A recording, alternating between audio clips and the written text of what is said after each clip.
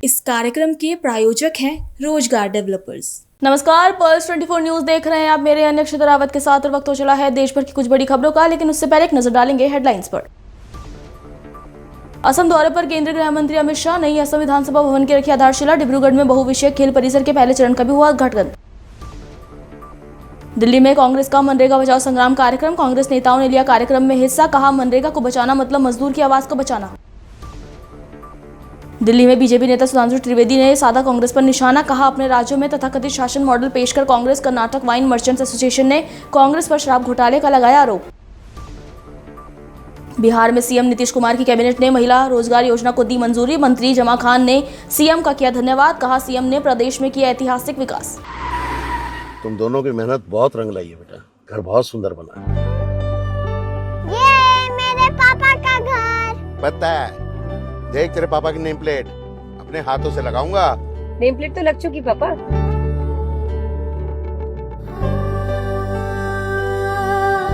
असल मेहनत तो आपने किया पापा, मुझे इस काबिल बनाने के लिए। वो जिंदगी भर किराए के मकान में रहे, लेकिन तो आज ये घर मेरा नहीं, ये है मेरे पापा का घर।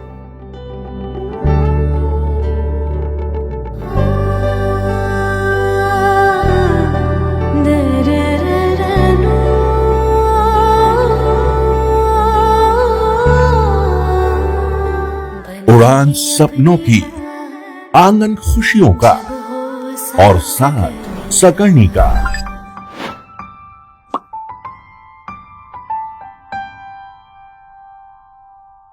साठ वर्षों से आपके साथ मनोरंजन और संस्कार का संगम, जाह्नवी मैगजीन। चलिए अब देखेंगे खबरें विस्तार से। असम के डिब्रूगढ़ में केंद्रीय गृह मंत्री अमित शाह ने नई असम विधानसभा भवन की आधारशिला रखने के कार्यक्रम में हिस्सा लिया, जिसके बाद अमित शाह ने कार्यक्रम को संबोधित करते हुए कहा कि हमारे युवा खेलों में असाधारण प्रदर्शन कर रहे हैं। साथ ही कहा कि डिब्रूगढ़ में बहुविषयीय खेल परिसर के पहले चरण का उद्घाटन किया गया। विश्व के आधुनिक खेल परिसरों के समकक्ष इस पहले चरण का अनावरण किया गया। 209 करोड़ रुपए की लागत से बनने वाले दूसरे चरण की आधारशिला भी रखी गई है। असम विधानसभा की बैठक डिब्रूगढ़ में होने के कारण प्रत्येक विधायक के लिए यहाँ पर फ्लैट भी बनाए जाएंगे। एशिया की हो, हमारे युवा आज खेलों में बहुत अच्छा प्रदर्शन कर रहे हैं। युवाओं के उत्साह से कुछ नहीं होता जब तक खेल का इंफ्रास्ट्रक्चर, खेलने की सुविधा, ट्रेनिंग की आधुनिक व्यवस्था, पारदर्शी चयन और खिलाड़ियों को सरकार की ओर से आर्थिक सहयोग नहीं मिलता है, खेल पनप नहीं पाता है। और आज डिब्रूगढ़ में मल्टी डिसिप्लिनरी स्पोर्ट कॉम्प्लेक्स, इसके प्रथम चरण का लोकार्पण कर दिया गया है। मित्रों, अब 240 करोड़ से 106 बीघा में indoor stadium, swimming pool, football मैदान, lawn tennis court, basketball court, volleyball court, खिलाड़ियों की हॉस्टल और कोच को रहने की जगह, एक प्रकार से विश्व भर के जो आधुनिक स्पोर्ट्स कॉम्प्लेक्स होते हैं, ऐसा स्पोर्ट्स कॉम्प्लेक्स का पहला चरण आज बनकर यहां लोकार्पित किया गया है। और इसके साथ ही 209 करोड़ से दूसरे चरण का शिलान्यास भी हुआ है। मित्रों, जैसा मैंने आगे बताया, यहां पर डिब्रूगढ़ में पूरे आसाम की विधानसभा आई है। इसके साथ साथ आसाम के हर विधायक का फ्लैट भी डिब्रूगढ़ में बनने वाला है। ये हमारे लिए बहुत महत्वपूर्ण है। विधानसभा आने से डिब्रूगढ़ के क्षेत्र को, चाय की इस राजधानी को नई आर्थिक ताकत मिलने वाली है। और ये सम्मान पूरी देश भर में बहुत कम स्थानों को मिला है कि राज्य की दूसरी राजधानी बनने का फिर से एक बार डिब्रूगढ़ वालों को बहुत बहुत बधाई। मित्रों, यहां पर world life and research institute Dibrugarh 292 crore से 120 बीघा में बनेगा। इसमें डिसीज सर्वेलेंस की व्यवस्था, रिसर्च की व्यवस्था, डायग्नोसिस की व्यवस्था और कैपेसिटी बिल्डिंग, ये सभी करा है। हेमंत जी ने मुझे नीचे इसका मानचित्र बताया, मैं और सर्वानंद जी थे। मैंने हेमंत जी के कहा है कि पशुओं के साथ साथ पक्षियों के लिए भी ये सारी व्यवस्था यहां पर कर दीजिए, जिससे व्यवस्था कंप्लीट हो जाएगी। मित्रों, साइंटिफिक रिसोर्स और जेनेटिक डिजीज की स्टडी यहां पर होकर ये विश्व में अपने आप का बहुत महत्वपूर्ण स्थान बनने वाला है। और आज मेरे मन का जो सपना था वो भी पूरा होने वाला है। मित्रों, आसाम की नदियां हमारी संस्कृति की धरोहर है, हमारे किसानों की आर्थिक जीवादोरी है और आसाम की नदियां हमारे लिए मां के समान है। मगर जब बाढ़ आती है, वो रौद्र रूप जब धारण करती है, हर साल कई जगह पे विनाश बिखेरती जाती हैं। हमने कुछ साल पहले स्पेस एप्लीकेशन सेंटर से आसाम का एक प्रकार से सर्वे किया और आसाम के सर्वे के आधार पर बड़े बड़े वेटलैंड आइडेंटिफाई किए और ये ब्रह्मपुत्र का पानी, बाढ़ का पानी, बड़े बड़े 15 तालाब बनाकर हम इसमें डाइवर्ट करेंगे और बाढ़ को रोकने का काम करेंगे। और मित्रों, गत चुनाव में हमने वादा किया था कि हम आसाम को बाढ़ मुक्त बनाने का एक रास्ता ढूंढेंगे और अगले चुनाव के एंड पहले आज इसका भूमि पूजन होने जा रहा है। ये बड़े तालाब बनेंगे जहां से इरिगेशन होकर आसाम के किसानों को 3 बार वर्ष में क्रॉप लेने की सहूलियत होगी। यहां पर पशुपालन बढ़ेगा, डेयरी उद्योग भी बढ़ेगा और ये बड़े बड़े तालाब स्पोर्ट्स के लिए, वाटर स्पोर्ट्स के लिए भी काम करेंगे और टूरिज्म का भी बहुत बड़ा आकर्षण का केंद्र बनेगा।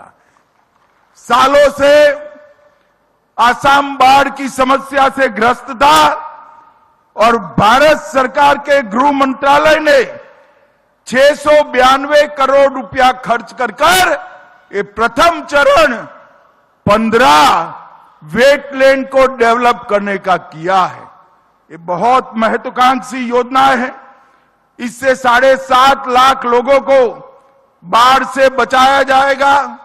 लगभग 77,000 हेक्टेयर भूमि सिंचित होगी, फ्लड की पीक कम होगी और वाटर होल्डिंग कैपेसिटी बढ़ने से हमारे भूस्तर को भी हम ऊपर लेकर आएंगे। मैं आज डिब्रूगढ़ वालों को बहुत बहुत बधाई देना चाहता हूं कि बाढ़ मुक्त आसाम बनाने का जगह भी हमारे हेमंत विश्व शर्मा ने डिब्रूगढ़ का स्थान चुना है। ये हमारे लिए सौभाग्य की बात है। सर्वानंद जी यहां बैठे हैं। दिल्ली में कांग्रेस नेताओं ने मनरेगा बचाओ संग्राम कार्यक्रम का आयोजन किया, जहां कांग्रेस नेता पवन खेड़ा ने कहा कि मनरेगा को बचाना मतलब मजदूर की आवाज को बचाना है। इस देश में किसी भी सरकार ने मजदूर का नुकसान किया है या अपमान किया है तो वो सरकार ज्यादा दिन नहीं रही। तो वहीं कांग्रेस सांसद जयराम रमेश ने कहा कि मनरेगा रोजगार की गारंटी का संवैधानिक अधिकार था। मोदी सरकार ने इसे इसलिए खत्म कर दिया क्योंकि वो महात्मा गांधी से संबंधित किसी भी अधिनियम को जारी नहीं रखना चाहती है। हमारे यहाँ वरिष्ठ नेता श्री अजय माकन जी हैं, श्री जयराम रमेश जी हैं, काजी निजामुद्दीन जी हैं, देवेंद्र यादव जी हैं और अनेक नेता दिल्ली भर से यहाँ इकट्ठे हुए हैं। जैसे यहाँ इकट्ठे हुए हैं वैसे राज्यों की राजधानियों में भी हर वार्ड में आज इस तरह का शांतिपूर्ण प्रदर्शन हो रहा है। नरेगा को बचाना मतलब मजदूर की आवाज को बचाना। इस देश में किसी भी सरकार ने मजदूर और किसान उनका अपमान किया है, उनका नुकसान किया है, तो वो सरकार ज्यादा दिन नहीं रही। नरेंद्र मोदी को ये समझ लेना चाहिए कि न केवल मजदूर और किसान का नुकसान किया है, जवान का भी नुकसान किया है, नौजवानों का भी नुकसान किया है, और इसका खामियाजा इस सरकार को भुगतना पड़ेगा। सर, आप लोग मार्च करने जा रहे हैं, लेकिन यही बाहर ही रोक दिया गया, बैरिकेड लग गए हैं पुलिस का। आप लोग सब जानते हैं कि पिछले महीने मोदी सरकार ने एक बुलडोजर चलाकर मनरेगा अधिनियम को रद्द कर दिया था।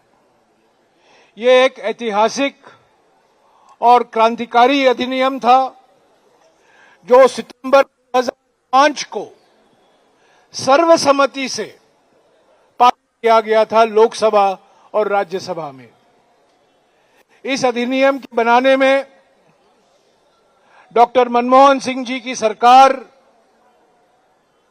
नेशनल एडवाइजरी काउंसिल सलाहकार परिषद की अध्यक्ष सोनिया गांधी जी और हमारे नेता राहुल गांधी जी का एक बहुत बड़ा योगदान रहा था।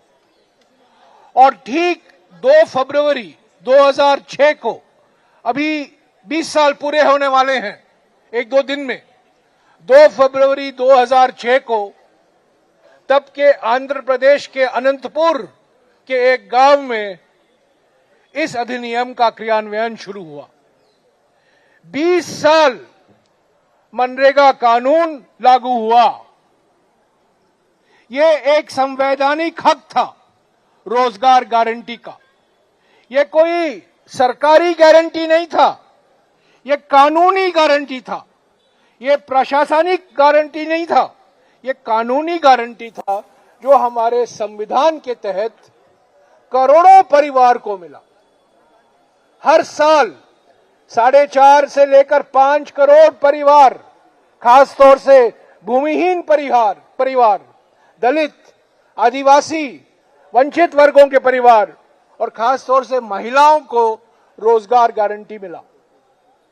पहली बार पंचायतों को मजबूत किया गया और पंचायतों के द्वारा ही ये कानून लागू किया गया। और पहली बार, जो अभी लोग बोलते हैं आपके खाते में पैसा सीधा सरकार भेज रही है, पहली बार मनरेगा कानून के तहत डायरेक्ट बेनिफिट ट्रांसफर, यानी कि हर एक महिला, हर एक भूमिहीन परिवार के बैंक के खाते में उनका मजदूरी दर डाला गया। तो ये सब कानून रद्द किया गया है क्योंकि प्रधानमंत्री नहीं चाहते थे कि महात्मा गांधी से जुड़ा हुआ ये कानून और ज्यादा देर चले। और खास तौर से जिस तरीके से पंचायत को सशक्त बनाया गया था, जिस तरीके से लोगों को अपनी हक मांगने का अधिकार दिया गया था, वो उससे बहुत नाखुश थे, घबराए गए थे, बौखलाए गए थे। और इसीलिए उन्होंने लोकसभा और राज्यसभा में जबरदस्ती इस कानून को रद्द कर दिया। दिल्ली में बीजेपी नेता सुधांशु त्रिवेदी ने प्रेस कॉन्फ्रेंस कर कांग्रेस पर निशाना साधा है। उन्होंने कहा कि आज कांग्रेस ने, जो खुद को देश की प्रमुख विपक्षी पार्टी होने का दावा करती है, आज वो अपने राज्यों में तथाकथित शासन मॉडल पेश कर रही है। सुधांशु त्रिवेदी ने कहा कि कर्नाटक एक अत्यंत महत्वपूर्ण राज्य है जिसमें अपार संभावनाएं हैं, लेकिन दुर्भाग्य से यह कांग्रेस के शासन में है। अब खबरें सामने आई कि कर्नाटक वाइन मर्चेंट्स एसोसिएशन ने कांग्रेस सरकार पर 6,000 करोड़ रुपए के शराब घोटाले का भी आरोप लगाया है। आज कांग्रेस पार्टी, जो कि देश की मुख्य विपक्षी दल है, वो जिन राज्यों में सरकार में है, वो कैसा मॉडल प्रस्तुत कर रहे हैं, उसकी वानगी हम आपके सामने रखना चाहते हैं। कर्नाटक भारत का अत्यंत महत्वपूर्ण राज्य है और जिसमें अपरिमित क्षमता है, पर दुर्भाग्य से पिछली बार कांग्रेस के हाथ में शासन आया। और अभी जो समाचार आया है कि कर्नाटक की वाइन मर्चेंट एसोसिएशन ने, यानी शराब के व्यापारियों की एसोसिएशन ने 6,000 करोड़ रुपए का शराब घोटाले का आरोप कांग्रेस की सरकार पर लगाया है। यह भारतीय जनता पार्टी या विपक्ष के द्वारा लगाया गया आरोप नहीं है, यह उस भ्रष्टाचार के भुक्तभोगियों के द्वारा लगाया गया आरोप है। कर्नाटका वाइन मर्चेंट एसोसिएशन, और उन्होंने बाकायदा विस्तार से बताया है कि रेस्टोरेंट से लेके होटल्स तक किस प्रकार से अलॉटमेंट में विधिवत रूप से सरकार के भिन्न भिन्न स्तर पर बैठे हुए मंत्रियों और अन्य लोगों को वो भ्रष्टाचार का पैसा जाता था। यानी दिल्ली का शराब घोटाला तो आप सबको याद ही होगा, अब ये कर्नाटक का शराब घोटाला एक नए स्वरूप में सामने आया है। और शराब की लत बहुत बुरी होती है। शराब के बाद अगर दूसरी लत बुरी होती है तो वो जुए की होती है। तो कर्नाटक में चित्रदुर्ग के कांग्रेस के एमएलए ईडी के द्वारा ऑनलाइन सट्टेबाजी के मामले में मनी लॉन्ड्रिंग के आरोप में आरोपित हुए हैं और वो पहले भी अरेस्ट रह चुके हैं। अर्थात कर्नाटक कांग्रेस की सरकार जो पहले भी दलित समाज के लिए स्थापित वाल्मीकि योजना का पैसा उड़ाती हुई, भ्रष्टाचार करती हुई दिख चुकी है, जो मूडा स्कैम में जमीन के घोटाले करते हुए दिख चुकी है, वो अब कर्नाटक में शराब और जुए, इन दो चीजों में आरोपित होकर गहरे सवाल खड़े हो रहे हैं। अच्छा, शराब और जुए के बाद तीसरी लत आती है लड़ाई की। तो उनका मॉडल का तीसरा हिस्सा है कि मुख्यमंत्री और उप मुख्यमंत्री जबरदस्त तरीके से लड़ाई लड़ते रहते हैं। यह वैसे कांग्रेस का स्थायी मॉडल है। जैसे हमारी सरकारों का विकास का मॉडल होता था, कांग्रेस का स्थायी मॉडल है कि जहां भी सरकार होगी तो दो ग्रुप में प्रकट रूप में दिखाई पड़ेगा। उत्तराखंड के मुख्यमंत्री पुष्कर सिंह धामी ने भारत सरकार के प्रगति पोर्टल राज्य में चल रहे केंद्र सरकार के प्रोजेक्ट्स पर एक प्रेस वार्ता को संबोधित किया। सीएम धामी ने कहा कि प्रगति प्लेटफॉर्म पीएम मोदी ने 2015 में डिजिटल इंडिया पहल के तहत अलग अलग सरकारी प्रोजेक्ट्स का एनालिसिस करने के लिए लॉन्च किया था। ये पोर्टल भारत सरकार की तरफ से आयोजित सभी जरूरी कार्यक्रमों की समीक्षा और निगरानी करता है। ये पोर्टल लोगों की शिकायतों को भी सुनता है। साथ ही सीएम ने कहा कि इस पोर्टल के लॉन्च के बाद प्रोजेक्ट्स में जबरदस्त बढ़ोतरी हुई है। कि प्रगति जो प्लेटफॉर्म है वो 2015 में माननीय प्रधानमंत्री जी ने जो विभिन्न परियोजनाएं देश के अंदर संचालित होती हैं उनकी समीक्षा के लिए डिजिटल इंडिया कार्यक्रम के तहत ये लॉन्च की गई थी। और ये पोर्टल भारत सरकार के जो प्रमुख कार्यक्रम होते हैं, अति महत्व के कार्यक्रम होते हैं, उन सभी कार्यक्रमों की निगरानी करता है, मॉनिटरिंग करता है और जो उसमें शिकायतें आती हैं, समस्याएं आती हैं, उनका समाधान करता है और परियोजनाओं को कैसे तेजी से आगे बढ़ाया जा सकता है। कहीं पर कोई चीज कहीं बाधा बन रही है, कोई अन्य विभाग कोई दिक्कत हो रही है, आपस में कोऑर्डिनेशन अच्छा नहीं हो रहा, तो उन सभी का काम करता है और उनकी लगातार निगरानी से ये योजनाएं आज बहुत तेजी से उसके बाद 2014 के बाद उनमें बहुत तेजी आई है, तेजी से धरातल पर उतर रही हैं। और जिन उद्देश्यों के लिए योजनाओं को लागू किया जाता है, उनको कार्यक्रमों में शामिल किया जाता है, वो उन उद्देश्यों को तेजी से पूर्ति करती हैं। और इसी क्रम में उत्तराखंड राज्य से आप सबको पता ही है, माननीय प्रधानमंत्री जी के बनने के बाद जब 2014 में वो देश के प्रधानमंत्री बने तो उसके बाद हमारे राज्य में अनेक योजनाएं प्रारंभ हुई और एक बड़ा इंफ्रास्ट्रक्चर के क्षेत्र में हो या विकास के क्षेत्र में हो, सड़क के क्षेत्र में हो, परिवहन के क्षेत्र में, रेलवे के क्षेत्र में, आईटी के क्षेत्र में, स्वास्थ्य सेवाओं का हो, पर्यटन का क्षेत्र हो, हर क्षेत्र में हवाई सेवाएं हों, बहुत तेजी से आगे बढ़ी हैं। और इसमें उत्तराखंड राज्य में 42 परियोजनाएं, इनकी निगरानी इस प्रगति पोर्टल के माध्यम से केंद्र की सरकार करती है और इनमें सब मिलाकर एक बड़ा निवेश 3.5 लाख करोड़ का निवेश है। और इनकी समीक्षा लगातार प्रगति पोर्टल के माध्यम से की जा रही है और इसमें से 10 योजनाएं अभी तक पूरी हो चुकी हैं। 32 परियोजनाओं पर तेजी से अभी काम चल रहा है। और जो मुख्य 10 परियोजनाएं हैं, जिनमें से सड़क और राजमार्ग क्षेत्र की 4 परियोजनाएं हैं, तेल और गैस के क्षेत्र में 3 परियोजनाएं हैं और ऊर्जा उत्पादन के क्षेत्र में 1 परियोजना है। विमानन और विमानन अवसंरचना में 1 परियोजना है। शिक्षा के क्षेत्र में 1 परियोजना है। बिहार सरकार ने महिलाओं को आर्थिक रूप से सशक्त बनाने की दिशा में एक बड़ा कदम उठाया है। नीतीश कुमार की कैबिनेट ने महिला रोजगार योजना को मंजूरी दे दी है। साथ ही 1,56,00,000 महिलाओं को जीबीटी से सहायता मिली, तो वहीं 6 महीने बाद 2 लाख तक अतिरिक्त सहयोग मिलेगा। इसी को लेकर मंत्री जमा खान ने कहा कि मैं इस ऐतिहासिक काम के लिए लोकप्रिय नेता नीतीश कुमार का धन्यवाद करता हूँ। मैं तो आपके माध्यम से अपने लोकप्रिय नेता जनाब नीतीश कुमार जी का शुक्रिया अदा करना चाहता हूँ, जिन्होंने बिहार के अंदर 20 सालों से जो कहा वो किया। और मैं, आप जो मीडिया के मेरे भाई हैं, आप सब जानते भी हैं, हिंदुस्तान की बात कर रहा हूँ, देश की बात कर रहा हूँ। ऐसा नेता, विकास पुरुष, ऐसा नेता कि जनमानस में जाति धर्म से ऊपर उठकर सबका विकास करने वाला नेता शायद कम होगा। ये नेता ने जब से बिहार का बागडोर संभालते ही उन्हें पूरे बिहार की स्थिति में आया हुआ था। चूंकि आप छोटे थे, लेकिन छिपा हुआ नहीं है क्या स्थिति बिहार का था। कि बिहार का हर क्षेत्र उन्होंने विकास किया, ऐतिहासिक विकास किया। विकास नहीं, ऐतिहासिक विकास किया, जिसको देश और दुनिया के लोगों ने देखा है।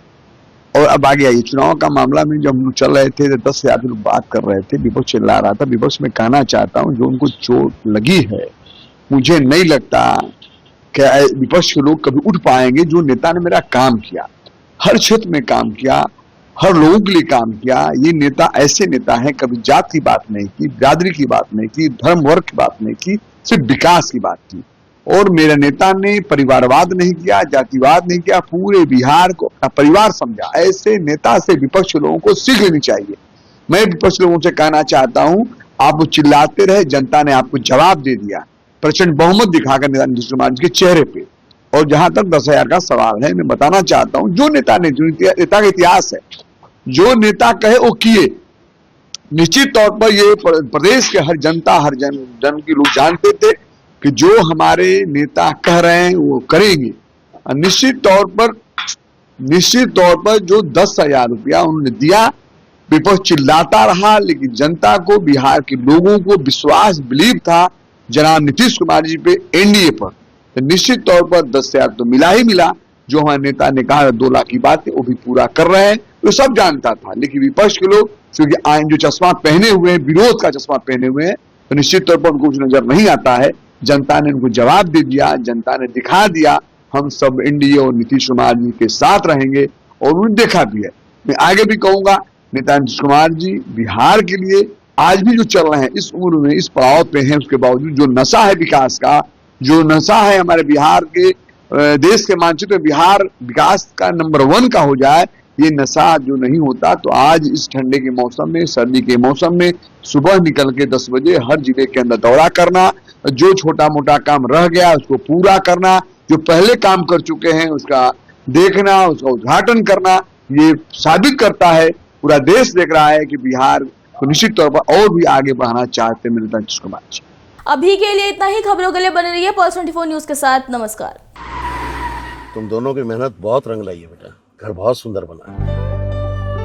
ये मेरे पापा का घर। पता है, देख तेरे पापा की नेम प्लेट अपने हाथों से लगाऊंगा। नेम प्लेट तो लग चुकी पापा।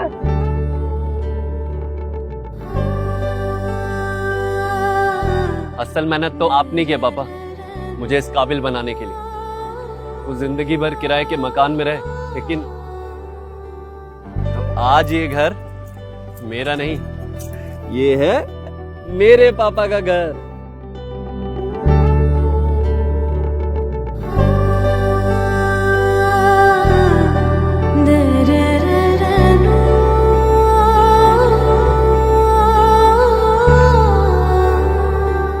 उड़ान सपनों की, आंगन खुशियों का, और साथ सकर्णी का।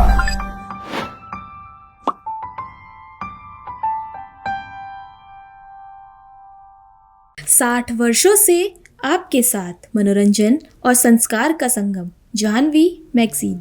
इस कार्यक्रम के प्रायोजक थे रोजगार डेवलपर्स।